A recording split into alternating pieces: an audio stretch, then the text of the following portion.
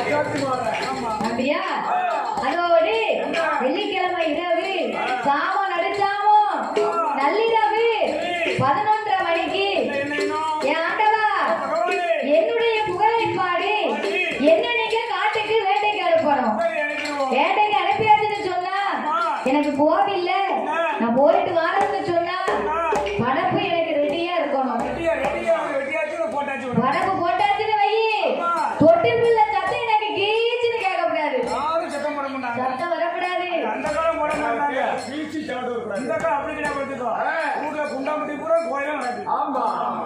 நேற்றே நடந்துச்சு, அதெல்லாம் இன்னைக்கு நடக்கு.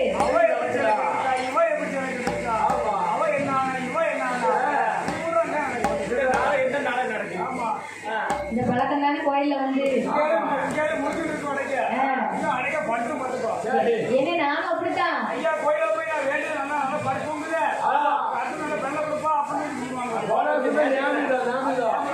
நிறைய கோயில்ல நம்மளும் வில்ல அடிச்சிருக்கோம். ஒரு ஊர்லயாவது ஒரு ஆள் இப்படி கண்ண வச்சிருக்க இல்லையா? எல்லாருக்கும் வழக்கம் தான், பரவாயில்ல. பொம்பளை எல்லாம் நல்ல ஆதரவுன்னு அம்மா பயிர் எடுத்துட்டான்னு வைக்க முந்தி அங்கட விரிப்பா தலைய வச்சு படுத்துருவோம்.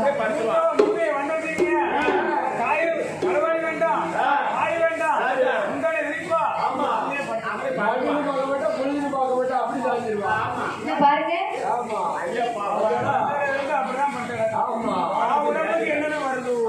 யாருக்கு தெரியும்? அதே போன்று விளக்குவோம். வெள்ளிக்கிழமை இரவு வேளையில் அப்பா பகவானே எனக்கு இந்த காட்டுக்கு வேட்டைக்கு அனுப்பி நான் வரும்போது எனக்கு எப்படி இருக்கிற படப்பு தெரியுமா? ஒரு கோட்டை அரிசி பொங்கு, ஒரு கோட்டை அரிசி பொங்கு, ஒரு படப்பா போடணும். எப்பா பகவானே எந்த கப்பா இறையோ, ஒரு கோட்டை அரிசி ஒரு படப்பா போட்டெல்லாம் முட்டையோடு முருங்கைக்காய் சட்டி சாதம் கொடுக்க வேணும் என்று சொல்லி மாயா என்ன கேட்பாரா? முட்டை கோழி கறி சமைச்சு முறியரிசி சாதம் போட்டு, முட்டை கோழி கறி சமைச்சு முறியரிசி சாதம் போட்டு, கட்டி கோழி கறி சமைச்சு அருப்பரிசி சாதம் போட்டு, ஆண்டவரே பகவான் ஒரு படப்பை போடணும். உப்பில சாராயம் உப்பில ஏற்றி குடுவையில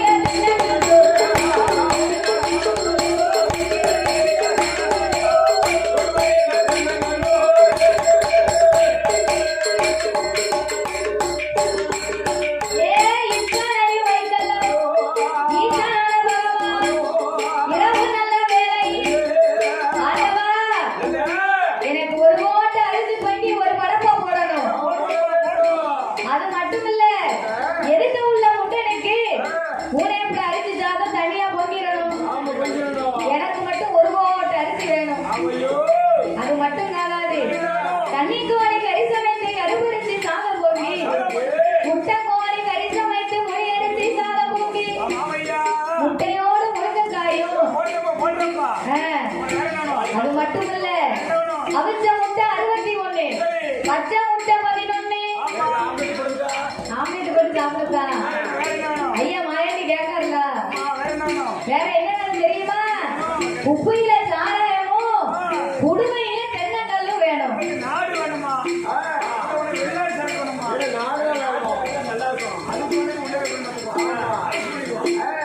நாட்டு சரக்கானே நல்லா யாருக்கு சொல்லி கேள்விப்பட்டிருக்கேன்.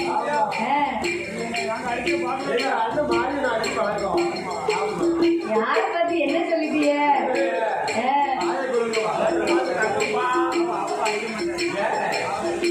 அப்ப பார்த்தார், மாயாண்டி சுடலை கேட்டார். உப்பையில சாராயம் குடுவையில தென்னங்களை வைப்பியா? எப்பா மாயாண்டி, எது வைக்கணும் இல்லையா உனக்கு அது கரெக்டா இருக்கும் அப்படின்னு சொல்ல பார்த்தா மாயாண்டி, எப்பா பகவானே இத்தனையும் எனக்கு எடுத்து வச்சு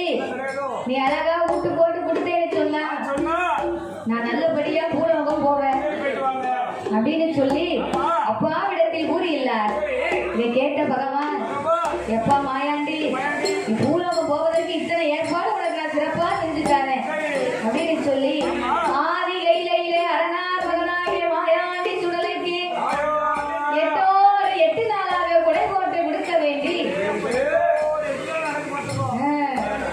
மாயாண்டி சுடலைக்கு 8 நாளாக குடை விழா நடத்த வேண்டும் என்று காப்பு கட்டி ரோமிருந்து ஆதி கையிலே வில்லுக்கு அட்வான்ஸ் கொடுத்தாச்சு. கோபால கண்ணனுக்கு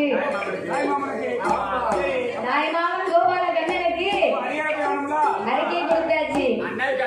இனிமத்தான் இருக்கு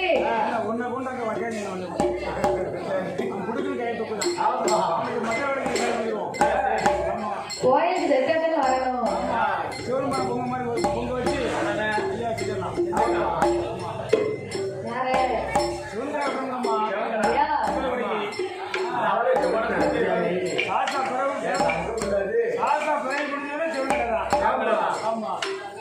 அப்போ பார்த்தார் ஆண்டவன் மாயாண்டி சுடலைக்காக கோபால கண்ணனுக்கு அறிக்கை கொடுத்தார்.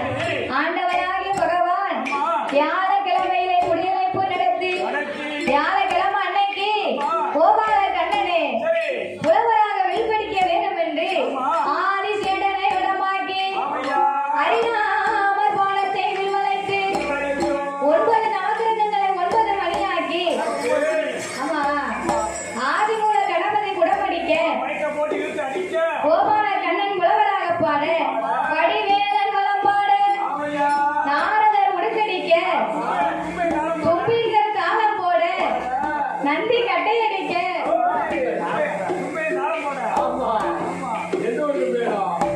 இப்படி கோபால கண்ணனை வந்து மாயாண்டி சுடலைக்காக வியாழக்கிழமையில 5 திரு கலைகளை பாடி முடித்தார். வெள்ளிக்கிழமை மத்தியான மதியம் போல மாயாண்டி சுடலைக்கு 7 நல்ல பறவை கட்டி 7 பலி கொடுத்தார். மாலை வேலை மயிருண்ட வேலையில சுடலைக்கு அலங்காரம் பண்ணி ஆசார படப்பு சைவ படப்பை போட்டு இரவு வேலையாச்சு. சாமம் அடிச்சாமோ சதிய சாம வேலையில ஆண்டவன் மாயாண்டிக்கு என்ன விதமாக கொடை போட்டு கொடுக்கின்றார்.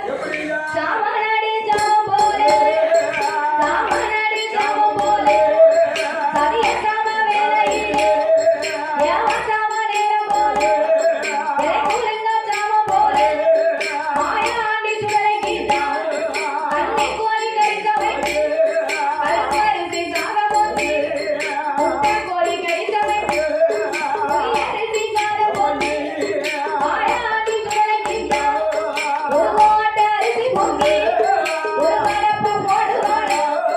இத்தனையும் வைத்தெல்லாம் அவித்த முட்டை 61 பச்சை முட்டை 11 முட்டையோடு முருங்கைக்காயும் உப்பில சாராயம் உப்பில சாராயம் ஐயா குருவையில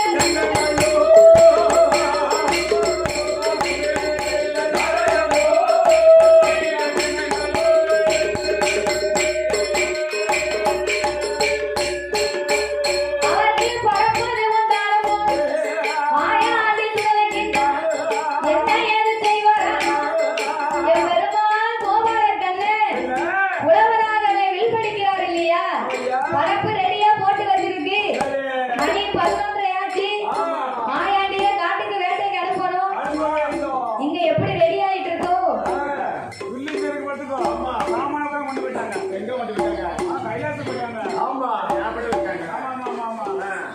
என் மாயாண்டி சுடலைக்கு கோபால கண்ணன் புலவராக பாடிக்கொண்டிருக்கின்றார்.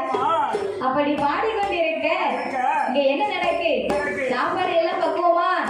இந்த அம்மா ஆலயத்து எப்படி நடக்கு? சமர்ப்பி எல்லாம் எவ்வளவு விறுவிறுப்பா?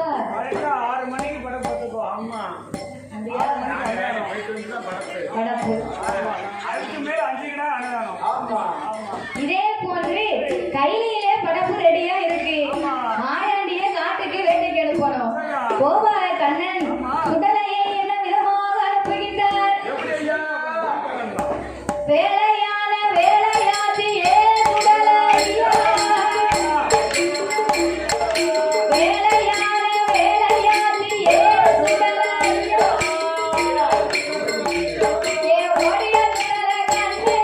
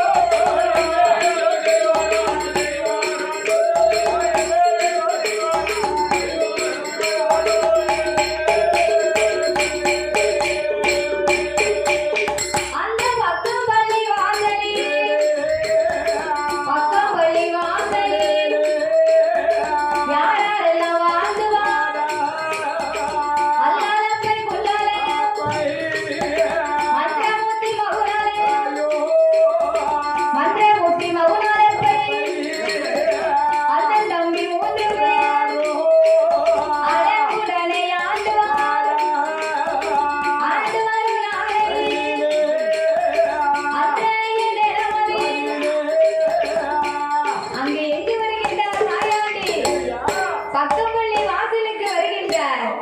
பச்சை தண்ணி விளக்கெரியும் பக்கம்பள்ளி வாசலில் வந்து மக்காமதினா நகரிலே அல்லாலப்பை முல்லாலப்பை மந்திரமூர்த்தி மகனாலப்பை அண்ணன் தம்பி 3 பேரும் அழகாக ஆண்டு வருகின்றார்கள். இந்த மாயாண்டி வரும்போது அல்லான்னு சொன்னா முஸ்லிம் மக்கள் எல்லாம் 30 நாள் நோன்பு நடந்து வருகிறது. இப்படி இருக்க பகவான் அந்த வேலையில் வருகின்றார். வந்து பார்க்க மாயாண்டி வந்த மகிமைய இந்த மக்களுக்கு அறிய வைக்கணும் அப்படின்னு சொல்லி பக்கம்பள்ளி மக்கள் எல்லாம் அறியணும் தெரியணும்னு சொன்னா நம்ம என்ன செய்யணும்? 30 நாள் நோம்புலையும் 8ஓடு 8 நாளா ஆடணும் பாடணும் ஆதாரி போடணும் அட்டாரிட்டம் செய்ய வேண்டும் என்று சொல்லி ஆண்டி மாயாண்டி இந்த மக்காமதினா நகரிலே வந்து அட்டாரிட்டங்களை செய்கின்றார். எப்படி செய்கின்றார்? மாயாண்டி சுடலையா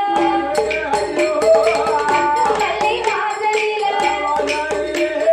மௌன நகரிடமதில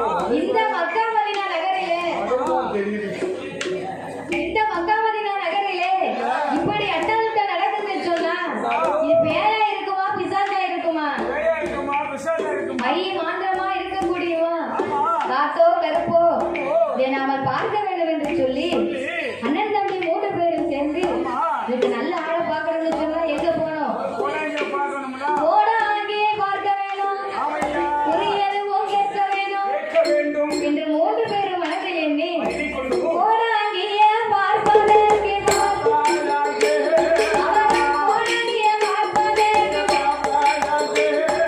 புரியதுவும் கேட்பதற்கு பாலாகே அண்ணன் தம்பி 3 பேரும் அவரை வழிநடை வருவார். வழிநடைய வாரது போல் வாரு போல் மாயாதி உயரிசை மாயாதி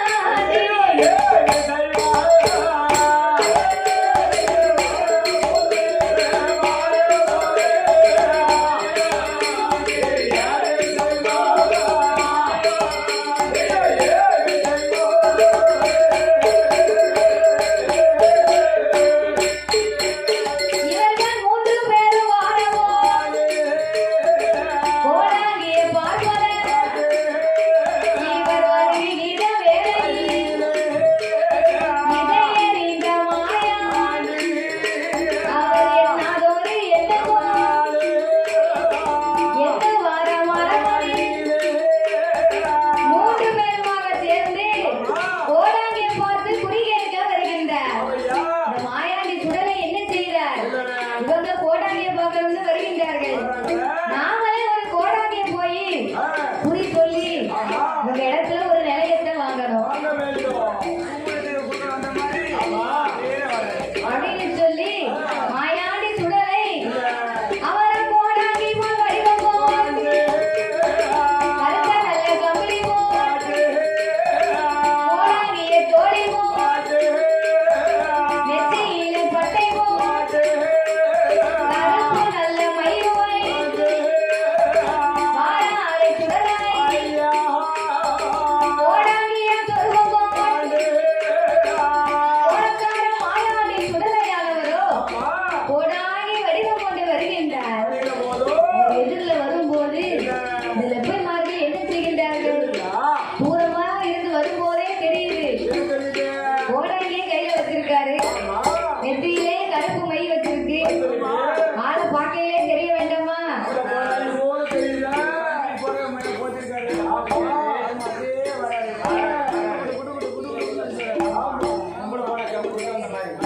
அப்ப இந்த மாயாண்டியை கண்ட உடனே நாம யாரை தேடி வந்தோமோ கும்பிட போன தெய்வம் குறுக்க வந்தது மாதிரி தேடி போன மருந்து தெருவிலே கிடைத்தது போல கோடாங்கியை கண்டு வந்தோம், கோடாங்கியை முன்னால் வந்துட்டாரு அப்படின்னு மாயாண்டியை கண்ட உடனே ஐயா உங்களுக்கு எந்த ஊரு?